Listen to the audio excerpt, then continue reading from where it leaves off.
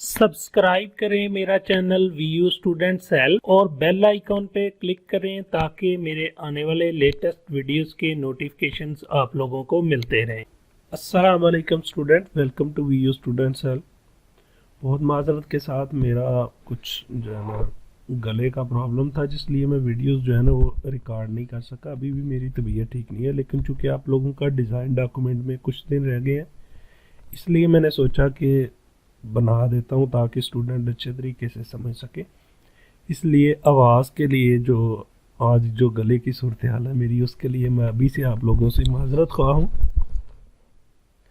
पिछले लेक्चर में हमने सीक्वेंस डायग्राम को पढ़ा था कि सीक्वेंस डायग्राम होती क्या है, उसको अच्छे तरीके से हमने समझा।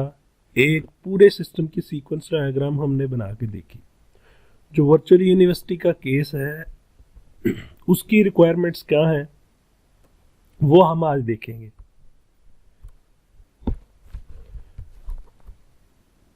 सीक्वेंस डायग्राम को हमने देखा कि ये सिस्टम के दरमियान इंटरेक्शन जो है ना वो, और क्लासेस के दरमियान, ऑब्जेक्ट्स के दरमियान जो है ना वो इंटरेक्शन जाहिर करती हैं।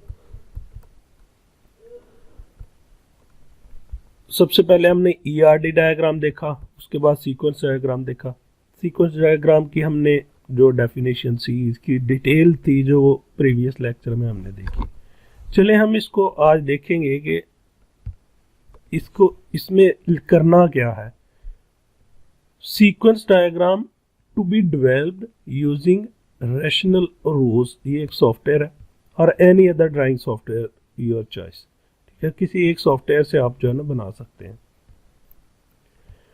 अच्छा, इसमें हमने करना क्या है, कहते हैं provide sequence diagram for each of the use case to show the task of sequence of the system. Provide a sequence diagram for each of the use case providing in the use case diagram.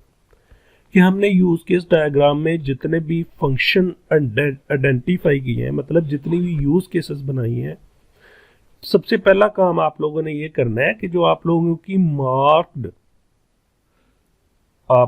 Marked use case diagram आएगी।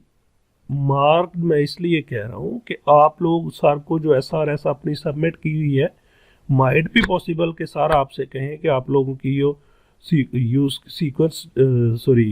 Case diagram है वो गलत है, इसको improve करें। तो उस सूरत में आपने उसको पहले इम्प्रूव करना है, फिर उनकी सीक्वेंस डायग्राम लिखनी है, और जितनी यूज केसेस बनानी है हर एक की सीक्वेंस डायग्राम आपने लिखनी है। चले हम देख लेते हैं कुछ सीक्वेंस डायग्राम। हमारे पास एक सीक्वेंस डायग्राम है prime minister laptop merit and distribution application की। तो ये यूज केस जो है, इसमें यूज केसेस हैं हमारे पास अप्लाई फॉर लैपटॉप, एडिट है, चेक स्टेटस है, सेट स्टेटस है, define criteria, set last date for apply, set number of laptops, और ब्ला ब्ला ब्ला। ये सारी की सारी जो है ना, ये क्या है, यूज केसेस है। अब हर यूज केस की आपने सीक्वेंस डायग्राम बनानी है। आपके यूज केस डायग्राम में जितनी भी यूज केसेस हैं, सीक्वेंस डायग्राम बनाना कोई बहुत ज़्यादा मुश्किल काम नहीं है, इसलिए थोड़ा सा आप समझ लेंगे तो बड़े आसानी से आप लोगों को समझ आ जाएगी। फॉर एग्जाम्पल अभी हम लेते हैं अप्लाई फॉर लैपटॉप को। तो पहले आप लोगों को बैक एंड पे कंप्लीट प्रोजेक्ट की आप लोगों ने बनाना क्या है, डेवलप क्या कर रहे हैं, वही सोच रख के सामने जो आप लोगों ने पहले रखी थी, ये जब हमने ये फंक्शन आइडेंटिफाई किए थे उनको रिफाइन करना है सारे के सारों को।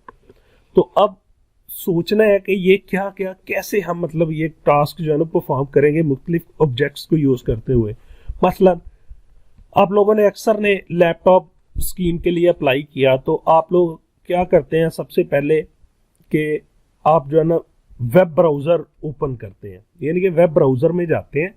यानी कि पहला ऑब्जेक्ट हमारे पास आ गया स्टूडेंट जो कि एक्टर है, उसके बाद web browser, open web browser.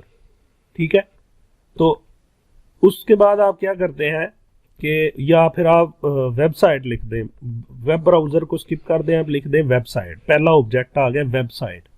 ठीक है, तो वेबसाइट के बाद जैसे कि मैंने प्रीवियस लेक्चर में बताया था, मैं यहाँ पे भी आप लोगों को थोड़ा बहुत साथ साथ बता देता हूँ। इसको मैं सारी की सारी पिक्चर को जो है ना पेंट में ले जाता हूँ, वहाँ पे जाके आपको समझाता हूँ। हम ले आते हैं पेंट में। अब मैं यहाँ पे आप लोगों को समझाता हूँ कि यूज केस सीक्वेंस डायग्राम हम कैसे बनाते हैं यूज केसेस से। तो सबसे पहले हम इसको थोड़ा सा छोटा कर लेते हैं, इस पिक्चर को, हमारी जो पिक्चर है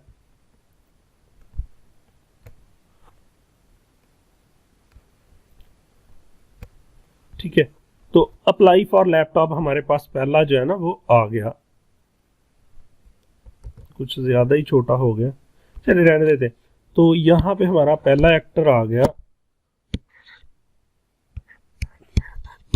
स्टूडेंट, ठीक है। उसके बाद आप रख लें वेबसाइट, इसको ऐसे रखना है तो ये आ जाएगा वेबसाइट। अब क्या होता है कि आप लोग यहाँ पे आके क्लिक करते हैं, क्लिक अप्लाई फॉर लैपटॉप, या दो सारी बहुत डिटेल में आप जा सकते हैं, जितना आप चाहें जा सकते हैं। मसलन आप कहते हैं कि ओपन वेबसाइट, पहले वेबसाइट ओपन की तो इसने वेबसाइट ने आपको जो है ना रिटर्न मैसेज कर दिया, रिटर्न डॉटेड के साथ होगा वेबसाइट ओपन। अब इसने क्या किया, click apply for laptop, click apply for laptop, यानी कि उसने लैपटॉप पे क्लिक किया अप्लाई करने के लिए। उसके बाद यहां पे आप चले जाएं, दोबारा से वो रिटर्न मैसेज आएगा कि page open, form open, apply for laptop form open, ठीक है। फिर वो क्या करेगा, enter required information and inter required information and submit, ठीक है। तो सबमिट करने के बाद जैसे ही वो सबमिट करेगा तो क्या होगा, किसके पास जाएगा, सर्वर के पास जाएगा। सर्वर क्या करेगा, ऑथेंटिकेशन करेगा, किसकी, ईमेल सही है नहीं है गलत है जो भी है वो सारी की सारी इंफॉर्मेशन करेगा। इंफॉर्मेशन चेक करने के बाद अगर तो वो इंफॉर्मेशन सही है तो क्या होगा, नेक्स्ट डेटाबेस में सेव हो जाएगी, डीबी के नाम से, डीबी डेटाबेस, डीबी में सेव हो जाएगी। तो यहां से अगर तो ऑथेंटिकेटेड है, इंफॉर्मेशन सारी सही है, तो डेटाबेस में सेव्ड इन डेटाबेस, तो मैसेज आ जाएगा कि जो है ना आपकी इंफॉर्मेशन सेव हो गई है और आपको एक ईमेल सेंड कर दी गई है, ठीक है, मैसेज आ जाएगा। अब इसके ऊपर साथ साथ लिखना आप लोगों ने, और डॉटर लाइन के साथ लिखना। मेरी प्रीवियस वीडियो को आपने फॉलो करना है, ये जस्ट मैं आपको आइडिया दे रहा हूं। तो जो नेक्स्ट डॉटेड लाइन होगी इस पे आपने क्या करना आके कि फिर वो दूसरी क्या होगी कि यहां से सर्वर उसको मैसेज दे देगा कि इनकम्प्लीट फॉर्म या इनवैलिड एंट्रीज, जो भी है, जो मुख्तलिफ तरह के जो क्या बोलते हैं इनको, जो एरर्स हैं, एक्सेप्शंस हैं, उनको हैंडल करने के लिए जो एक्सेप्शंस आपने डालनी है वो यहाँ पे आप लिख देंगे कि ये एरर आ रहा है, आपका ईमेल एड्रेस गलत है, ये वो ब्ला ब्ला ब्ला। CNIC ऑलरेडी जो है ना वो डाटाबेस में सेव है। अच्छा, एक बात मेरे ज़हन में अचानक आ गई है कि ये यहीं से सर्वर से भी वापस जा सकता है या फिर नेक्स्ट DB में जाके चेक करके भी आपको एरर दे सकता है कि CNIC जो है वो ऑलरेडी अवेलेबल है। देखो वो आपकी अपनी जो सिस्टम रिक्वायरमेंट्स है उस हिसाब से है। ये जो मेरा प्रोजेक्ट था इसमें ये किसी स्टूडेंट का है, prime minister laptop merit and distribution application, तो इसमें सेम वही कॉन्सेप्ट है जिसके लिए आप अप्लाई करते हैं लैपटॉप के लिए, सेम एज इट। तो उसमें क्या होता है कि यहां से डेटाबेस में जाके चेक होता है कि CNIC के अगेंस्ट एप्लीकेशन तो नहीं कोई भी, अगर है ऑलरेडी तो यार मैसेज आएगा कि यू आर ऑलरेडी रजिस्टर्ड, ठीक है, प्लीज लॉग इन। तो इस तरह का मैसेज रिटर्न आएगा।